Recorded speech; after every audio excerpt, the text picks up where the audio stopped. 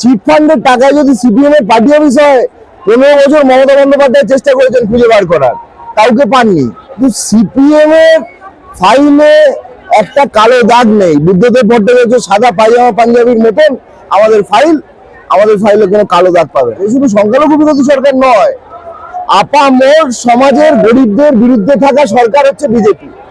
যারা সুদীপ্ত গুপ্তকে হত্যা করে, যারা মহিদুল মির্জাকে হত্যা করে, তারা ছাত্র আন্দোলন নিয়ে কি মুখে কথা বলছে? তৃণমূল খুন করেছে, তৃণমূলের পুলিশ খুন করেছে। আমাদের রাজ্যের মুখ্যমন্ত্রী বিধানসভায় দাঁড়িয়ে কথা বলেছেন যে দুর্নীতি তদন্ত এবং চিটফান্ডের তদন্তে নেমে তৃণমূলের পাশাপাশি সিপিএমও হচ্ছে এই অপরাধে যুক্ত আছে এবং এই চিটফান্ডের স্পন্সর ছিল সিপিআইএম। আগে তাহলে নিজের তদন্তটা শুরু করুক, ও তো তৃণমূলে ছিল। নিজের তদন্ত শুরু করুক, আর তৃণমূলের পয়সায় মাওবাদীদের বোমা বন্দুক সাপ্লাই করেছে সেই ফাইলও তো খোলা হবে। খুলুক সেই ফাইল, নিজের নামের ফাইল। আপনাদের পার্টি অফিস সব চিটফান্ডের টাকায়? হ্যাঁ, তো আমাদের তো দলিল আছে। চিট ফান্ডের টাকায় যদি সিপিএম এর পার্টি অফিস হয়, 15 বছর মমতা বন্দ্যোপাধ্যায় চেষ্টা করেছেন খুঁজে বার করার, কাউকে পাননি। এখন শুভেন্দু যদি খোঁজেন, খুঁজুন, ওনার সময় থাকলে খুঁজুন।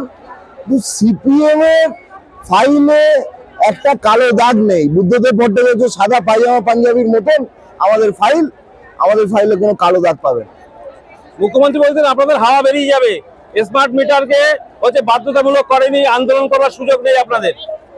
স্মার্ট মিটার একটা অঙ্গ, আন্দোলন যদি না হতো ওটাকেও বাধ্যতামূলক করতো। এই যে সরকারে এসেই একটা নতুন স্কুল করেনি, একটা নতুন হাসপাতাল করেনি, একটা নতুন কারখানা করেনি, এসেই হাজার হাজার মানুষের কর্মসংস্থান থেকে তাদেরকে বিচ্যুত করলো। এই যে হকারদের উপরে আক্রমণ করলো, এই তো বিজেপির থেকে প্রত্যাশিত। এটা একটা আগ্রাসী সরকার, গরিব বিরোধী সরকার। এ শুধু সংখ্যালঘু বিরোধী সরকার নয়, আপামর সমাজের গরিবদের বিরুদ্ধে থাকা সরকার হচ্ছে বিজেপি।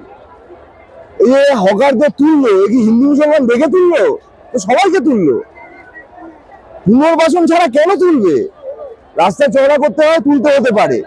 ট্রেন লাইন বাড়াবে, তুলতে হতে পারে। কিন্তু 10 বছর, 15 বছর, 20 বছর ধরে যারা ব্যবসা করছে, তাদের একটা বিকল্প দেবে না?